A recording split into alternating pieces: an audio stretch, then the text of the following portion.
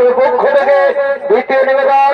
তাই সেই দ্বিতীয় নাম হল বালিবোধ ও রামের প্রতি তারার অভিশাপ।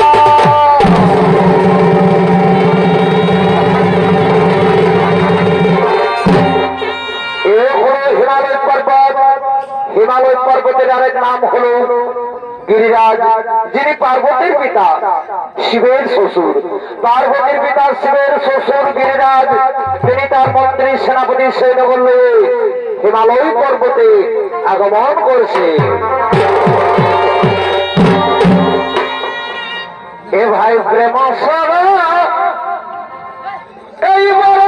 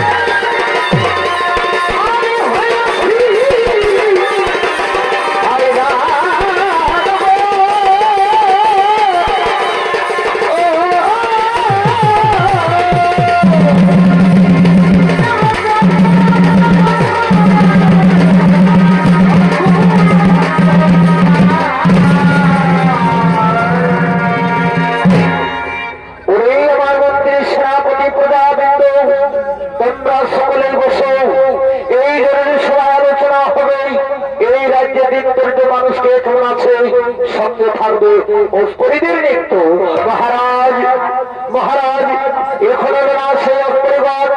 ওই দেখো মন্ত্রী সেনাপতি সৈন্যগণ তারা নিত্য সাথে সুসর্জিত হয়ে আমাদের দিকে আসছে। এসো এসো এক পরিবার, তোমরা তড়াতড়ি করো হোক।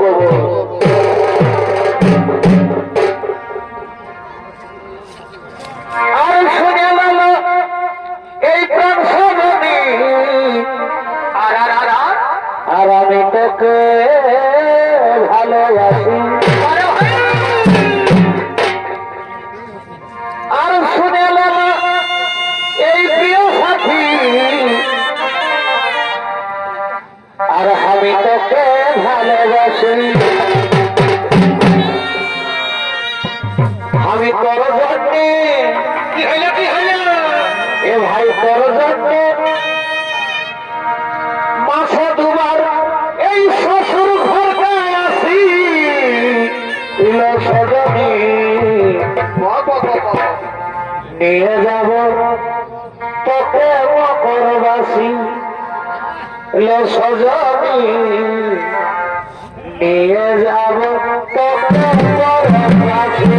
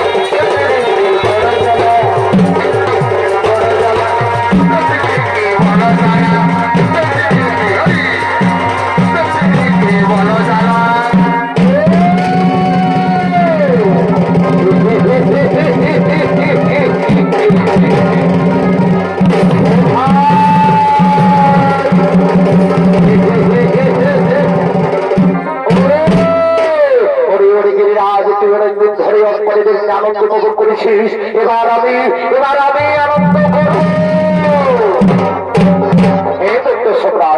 আমি তোমার কথা মেনে নিলাম, কিন্তু আমার একটি শর্ত। বলো বলো গিরিরাজ, তোমার কি শর্ত? তুমি যাও সেই সিদ্ধাতে, ওই সিদ্ধাপতি বালের রাজ্যে পরাজয় করে তারপর আমার সিংহাসন দখল করো। আমি শহীদ চাই, আমি আমার রাজমুকুট খুলে দেবো, আমি তোমার হাতে।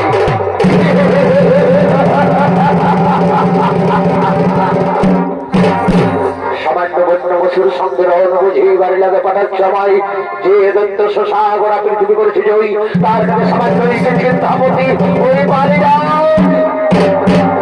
ওই বালিরাজকে জল ঘরে পাঠিয়ে দিয়ে আমি আবার আসবো তোমার কাছে।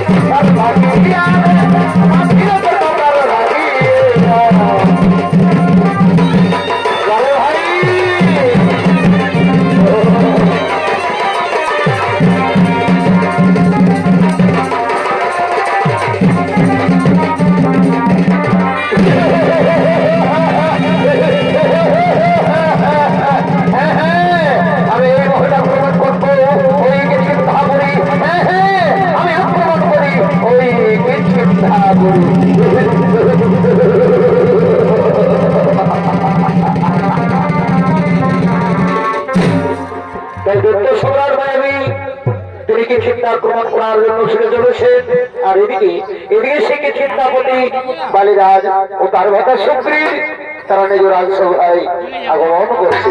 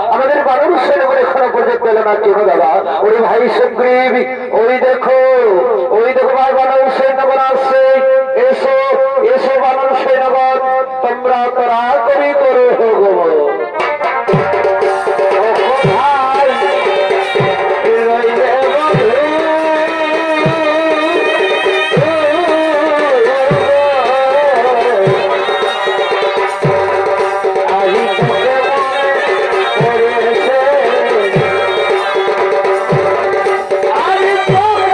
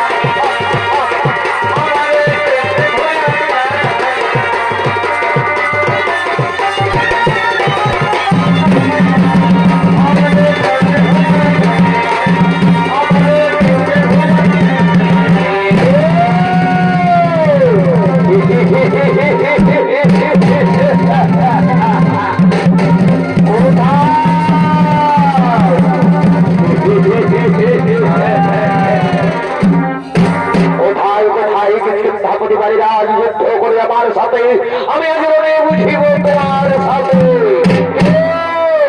কে তুমি, কোন কারণের সংগ্রাম হয়েছে খবর। আমি আমি আমি দৈত্য সম্রাট মায়াবী সাগরা পৃথিবী করেছি জয়। তুমি আত্মসমর্পণ করো, তোমার স্ত্রী কন্যা তুলে দাও আমার হাতে,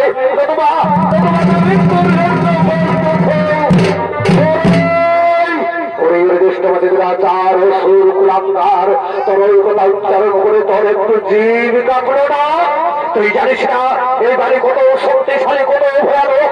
আয় আয় তাহলে দেখি কে কার জীবন নিয়ে করে খেলা।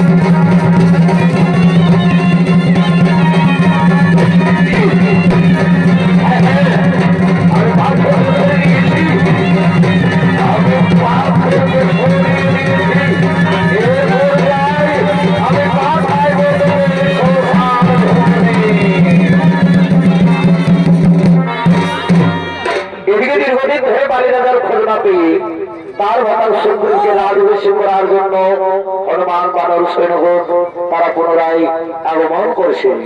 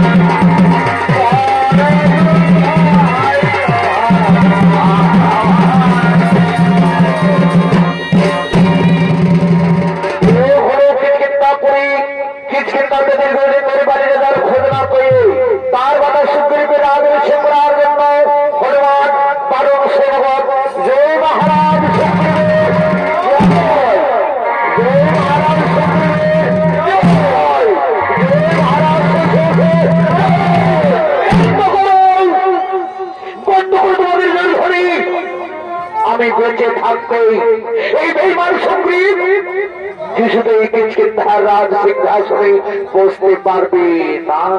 দাদা দাদা আমার অপরাধ হয়েছিল দাদা, তুমি আমাকে ক্ষমা করে দাও। অসম্ভব, এই অপরাধের ক্ষমাতে পাবে না, শাস্তি তোমাকেই হবে। ওরে বেঈমান, আমার চোখের সামনে থেকে বহু দূরতে পালিয়ে যা, নইলে মোষ লাগাতে আমি তোর মস্ত আমি করিব।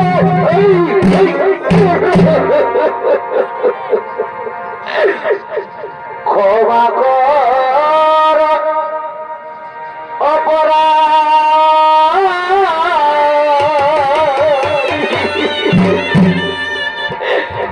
আমি না জেনে করেছি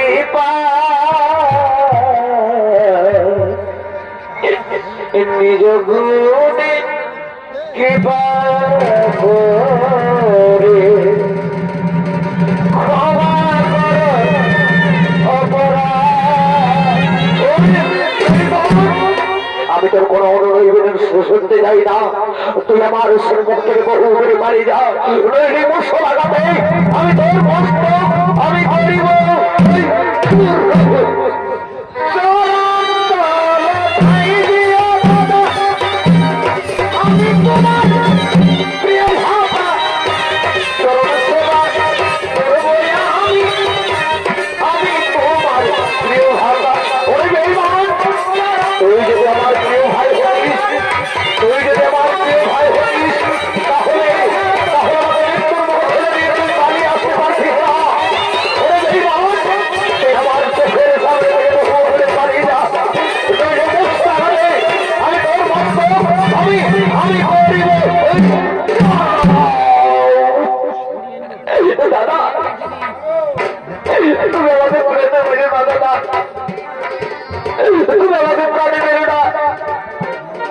আমি এখান থেকে চলেই যাচ্ছি।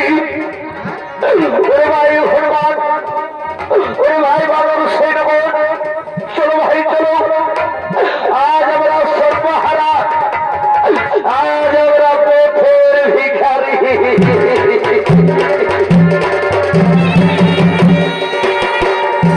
এই ছিল কপালে আমার, এই ছিল কপালে, এই ছিল কপালে আমার, এই ছিল কপালে। শুক্রে আমার কাছ থেকে কাঁদতে কাঁদতে চলে গেল, তাহলে কি তাকে আমি দাঁড়িয়ে আমি অন্যায় করেছি? না, আমি অন্যায় করিনি। আমার প্রতি যে দুর্ব্যবহার করেছে তার প্রথম তাকে বলেই হবে। আমি ন্যায্য বিচারক, আমি ন্যায্য বিচার করেছি।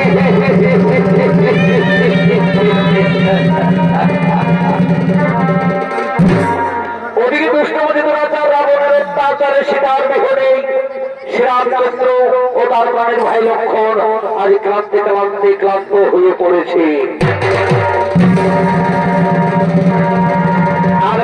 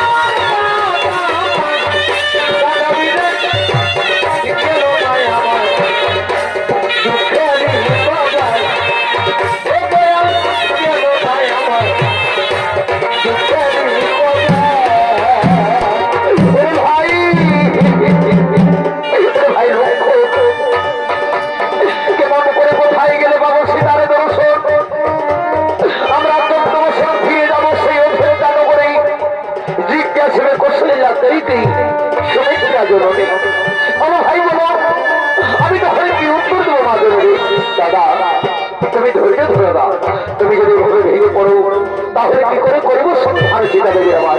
ওরে ভাই লক্ষণ, স্বর্ণবিদ্যা ধরে যাওয়ার সময় আমি যাবার সময় বলেছিলাম তোমায় সীতা থাকতো কুঠিরে, তুমি কুঠির ছেড়ে দেওয়া কোথাও সত্যি যদি আয় আমার কথা আর ভেঙে না এমন দুর্দশা। দাদা আমি তোমাদের দাদা তাই তোমাদের কথা স্মরণ করে বাংলা আমাদের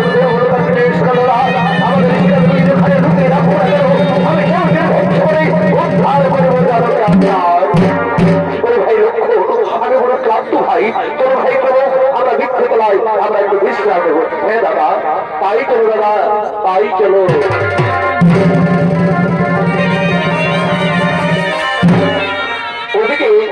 ওদিকে বাড়ির হয়ে সুগ্রীব হনুমান বানর সৈন্যগণ তাই তারা প্রাণের হয়ে আজ তপবনে তারা এখানে সেখানে লুকিয়ে বেড়াচ্ছে।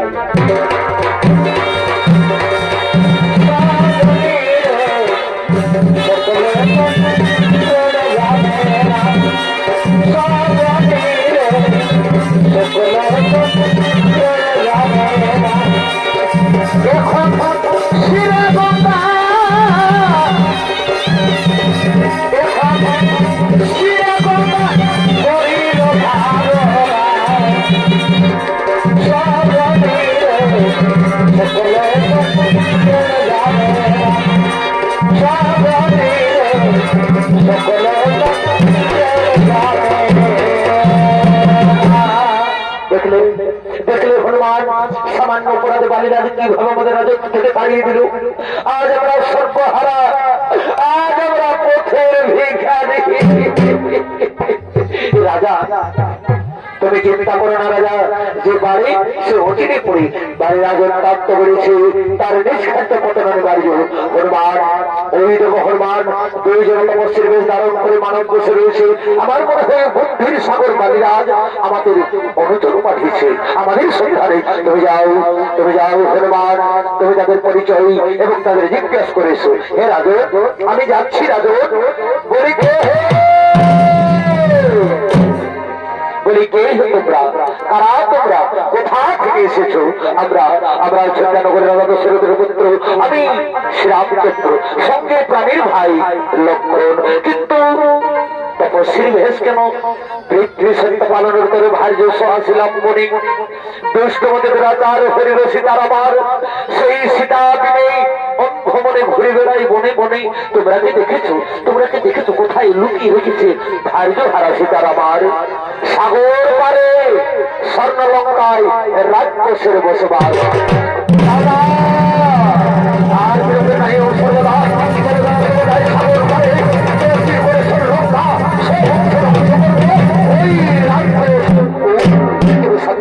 তুমি শান্ত হো ভাই লক্ষণ, তুমি শান্ত হো। বলো বলো হনুমান কেমন করে সেই লঙ্কা পুরেই যাওয়া যায়? আমি মহারাজকে ডেকে দিচ্ছি, তুমি মহারাজের সঙ্গে পরামর্শ করো।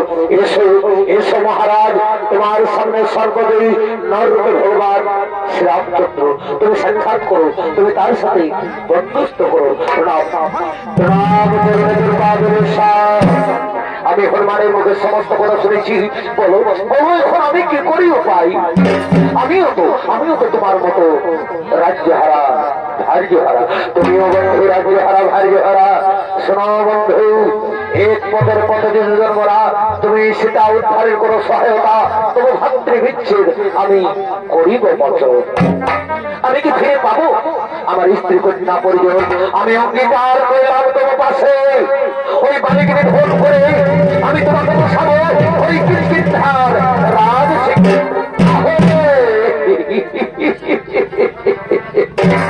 তাহলে তাহলে আমি তোমার চরণ ছুঁয়ে প্রতিজ্ঞা করছি ওই লঙ্কা রাজা রাবণকে, ওই লঙ্কা রাজা রাবণকে আমি লেজে বেঁধে বলে। তাহলে আর বিলম্বের না অবসর যাও, বালিরাজকে তুমি যুদ্ধবার্তা জানিয়ে দাও, তুমি তার সঙ্গে করবো মল্ল যুদ্ধ।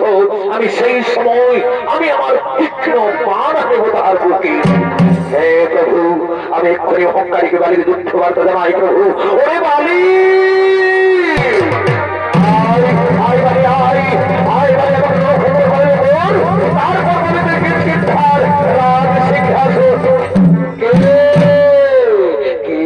আমাকে যুদ্ধ দাও, যুদ্ধ দাও বলুন। এত বড় সাহস, তুই করবি আমার ষড়যন্ত্র? হ্যাঁ দাদা, যতক্ষণ তোর হেফাজতে প্রাণ, আমি বিরাজ বিরাজ এইদিকে ধার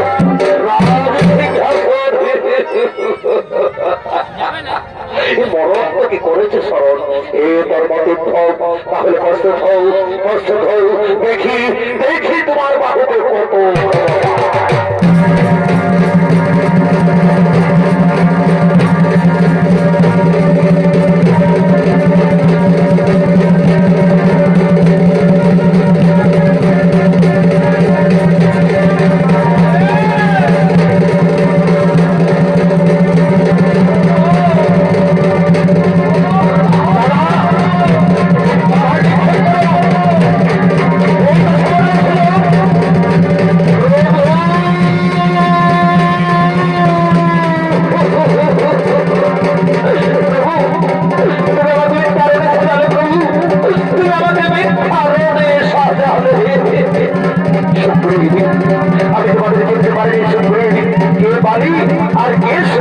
আমি কেমন করে তুমি নিক্ষেপ করবো? এরপর আমি তোমার গোলায় মালা করে দিচ্ছি। আমি তোমার গোলায় মালা করিয়ে দিলাম। এবার তুমি পুনরায় যদি খবরটা হলো, এবার আমি নিশ্চয়ই আমি আমার তীক্ষ্ণ বাণ হাতে উদাহরণ করতে। হ্যাঁ প্রভু, তাহলে আমি পুনরায় খবর জানাই। ওরে বালি আয় আয় আর কোথায় রুপে আসি গোলায় বেরিয়ে আয়, বেরিয়ে আয় বালি। একবার পাঠ করে তুমি বললে বলাই এবার যদি বলার নিস্তার, এবার অবশ্যই তোমার আমি করিব ছাড়া।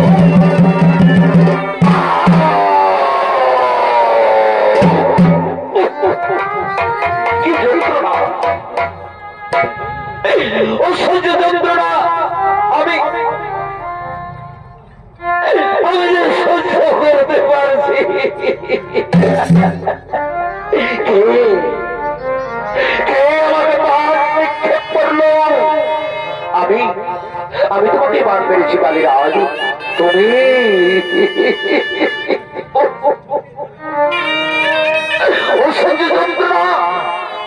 আমি যে সহ্য করতে পারছি না।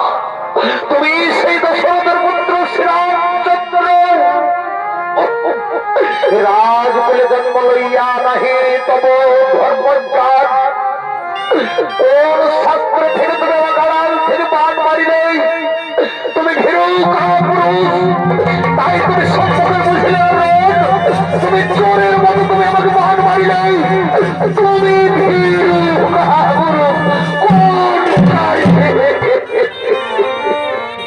সেটা উদাহরণ করে আমি সুগ্রীবের সঙ্গে করেছি মিত্রতা। আমি প্রতিজ্ঞা করেছি তোমাকে মেরে ওই সুগ্রীবকে বসাবো কিষ্কিন্ধার রাজ সিংহাসনে। চমৎকার চমৎকার কথা শোনালে হে রঘুমণি। ওই লঙ্কার রাজা রাবণ হরিণতম জানুকে আর তুমি প্রাণে কেড়ে নিলে। তুমি আমার বড়ে বড়ে ভজে বেড়াও মিলিলে বেইমান পাপিষ্ট ওই সুগ্রীবের সরে পাপি পাপি বিনীত হয়ে আজ দিলে আজ দিলে আজ তুমি দিলে আমায় আমায়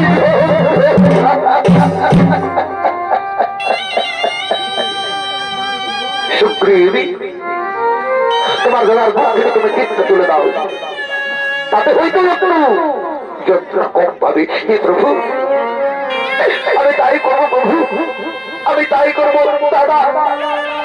আমি বড় ভুল করেছি দাদা, আমি বড় অন্যায় করেছি দাদা, তুমি আমাকে ক্ষমা করে দাও দাদা। না বেঈমান সুগ্রীব,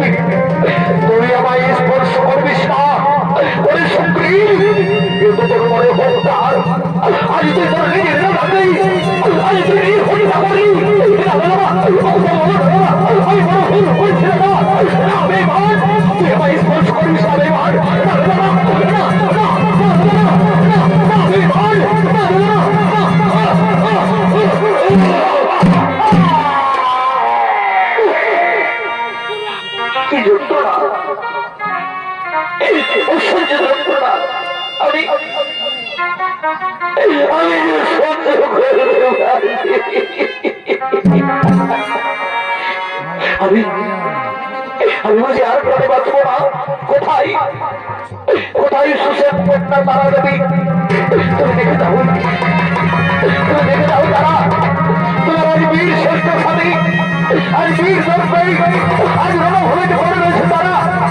যাই যাই তারা তারা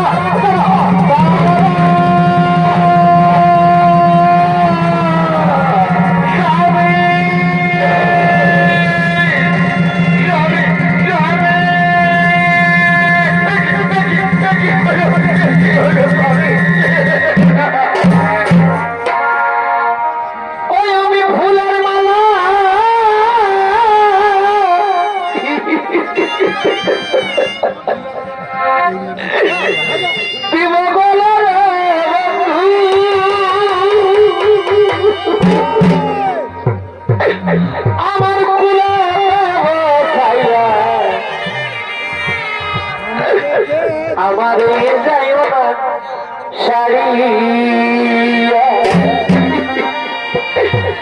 যাইও না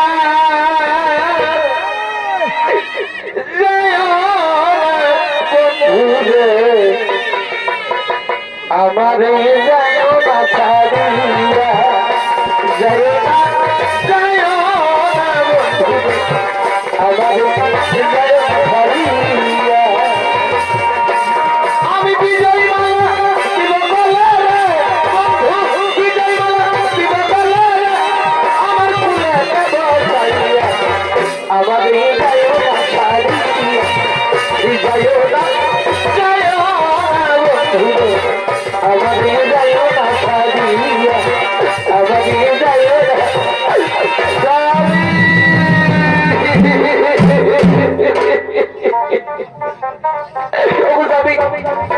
তুমি একটিবার তুলে তাকাও না, তুমি আমাকে তারা তারা বলে ডাকো না। আমি তোমার জন্য বিজয়ী মালা কেটে এনেছিলাম তোমার গলায় পড়াবো বলে, কিন্তু কে বলবি যে তোমার নিষ্পাপ শরীরে আমি আমি তোমার শরীরে হত্যা করছি তারা দেবী। তুমি তুমি সেই রঘুকুলের মনীষীরাম চন্দ্র আমার স্বামী কি অপরাধ করেছিল, কিসের বিবাদ করেছিল, কোন কার্যে তুমি আমার স্বামীকে শোনো তারা দেবী। আমি শুক্রবার করেছি মিত্রতা, আমি সেটা উদ্ধারণ করে আজ শুক্রবার শুনে করেছি মিত্রতা। আমি প্রতিজ্ঞা করেছি তোমার স্বামীকে হত্যা করে ওই শুক্রের দোষ অবকিৎকার রাজ সিংহাসন। চমৎকার চমৎকার কথা শোনালে রঘুমণি, তুমি চমৎকার কথা শোনালে। তুমি এক নারীর প্রাণে হাসি ফুটাতে গিয়ে তুমি আমার প্রাণে ঢেলে বন্যার বাদ মুছে দিলে। তুমি আমার স্মৃতির সিঁদুর ভেঙে দিলে আমার হাতের সাদা সাদা এরমানি ধোলা একমাত্র নইলে করে অঙ্গটাই ছাড়া আমি মমতা বিক্রি হারা ওই বেইমান সত্যি আমাদের ঘরে ঘুমানো ঘরে ভার চুপ করে থাকবে না রঘুমণি। আমি কেমন করে আমি কেমন করে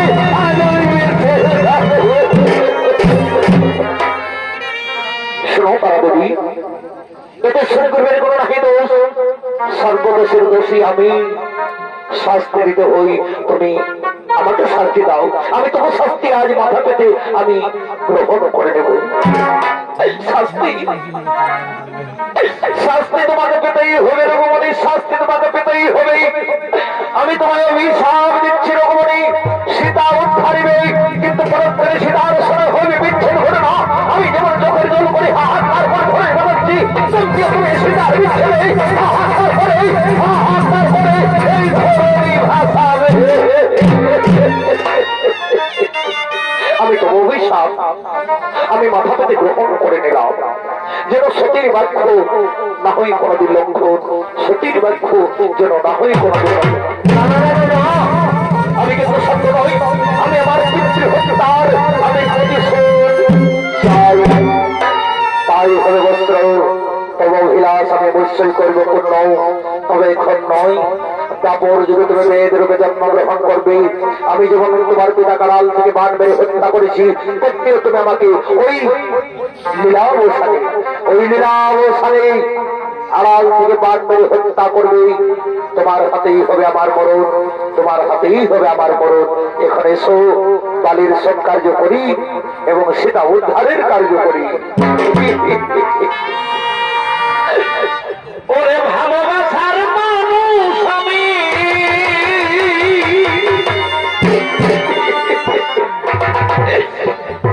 ওরে বলেরই মানুষ আমি,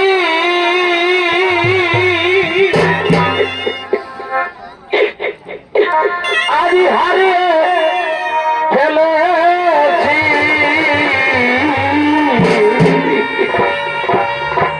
আজি বড়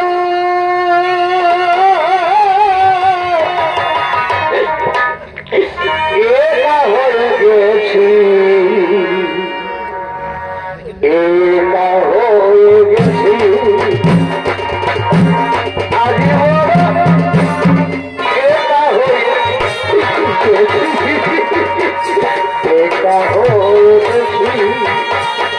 তারা দেবী, তারা দেবী, তোমার মুখে ভরে চোখে জল, তারা দেবী তোমার মুখে ভরে চোখে জল।